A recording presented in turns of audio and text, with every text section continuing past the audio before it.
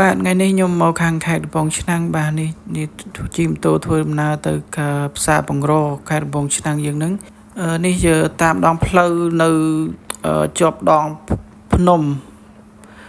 វាលស្រែជាប់ដងភ្នំមានផ្លូវមានទេសភាពស្រស់ស្អាតខៀវស្រងាត់ខេត្តរដូវវស្សានេះស្អាតមែនទែនបងប្អូនបាទគឺ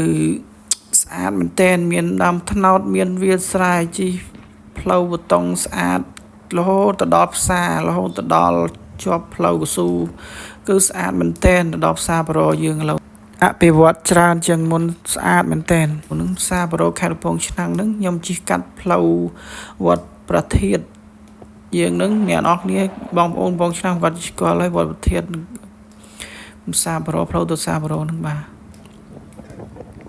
នេះជាផ្លូវទៅផ្សារបាទខ្ញុំកំពុងតែធ្វើដំណើរទៅមានផ្ទះបងប្អូនស្អាតស្អាតណាស់នៅតាមជួរនេះមានដើមឈើរស់នៅបែបធម្មជាតិអ្នកនរគ្នាស្អាតមែនតើឥឡូវផ្លូវនេះជិតដល់ផ្សារហើយឡើងមកដល់ផ្លូវកស៊ូហើយបាទជិះម៉ូតូតាពីពលានយន្តហោះមកផ្សារបរោតែប្រហែល 4-5 គីឡូទេបាទហើយនេះដល់ផ្សារហើយនេះជាផ្លែលឹកនៅផ្សារបរោយើងនឹងផ្លែឈើបន្លែផ្លែឈើអស់នេះបងប្អូនយើងយកមកលក់នេះគឺជាបន្លែធម្មជាតិអ្នកនរគ្នាគឺពួកគាត់ដាំតាមភូមិស្រុកបានផលហើយគាត់យកមកលក់នៅផ្សារបរោយើងនឹងលក់ដាច់មែនតើអ្នកនរគ្នាគឺផ្លែនេះគឺបន្លែផ្លែឈើខ្មែរបាទរបស់ខ្មែរសុទ្ធហ្មងបាទលទ្ធផលអស់នេះយកមកលក់សិតរបស់ខ្មែរទាំងអស់គ្នាផ្សារនេះ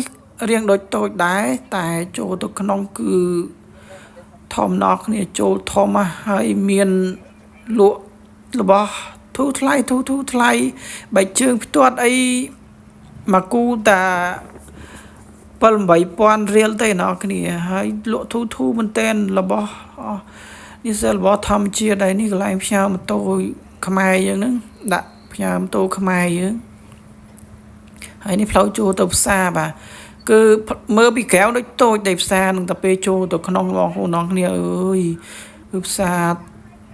មានច្រើនមានខោអាវមានបន្លែផ្លែឈើត្រីសាច់សាតតែរបស់ខ្មែរទាំងអស់គ្នាមើលណែនរគ្នាឃើញទេបងប្អូនយើងចូលលងណែនច្រើនមនុស្សកកឥឡូវនាំកូនពៅចូលផ្សារហើយបាទឥឡូវនេះមានលក់ស្បែកជើងមកគូបើជើងផ្ទាត់អីមកគូទៅ7-8,000 រៀលយើងហ្នឹងបន្លែបងប្អូនយើងលក់ដាច់ណាឥឡូវនៅផ្សារកំពង់ឆ្នាំងយើងឥឡូវអភិវឌ្ឍច្រើនជាងមុនអ្នកនរគ្នាបាទបងប្អូនយើងមកពីតាមភូមិតាមស្រុកមកផ្សារបរោនេះច្រើនមែនទែនព្រោះផ្សារនេះមានរបស់ធូរថ្លៃហើយរបស់ល្អប្រើបា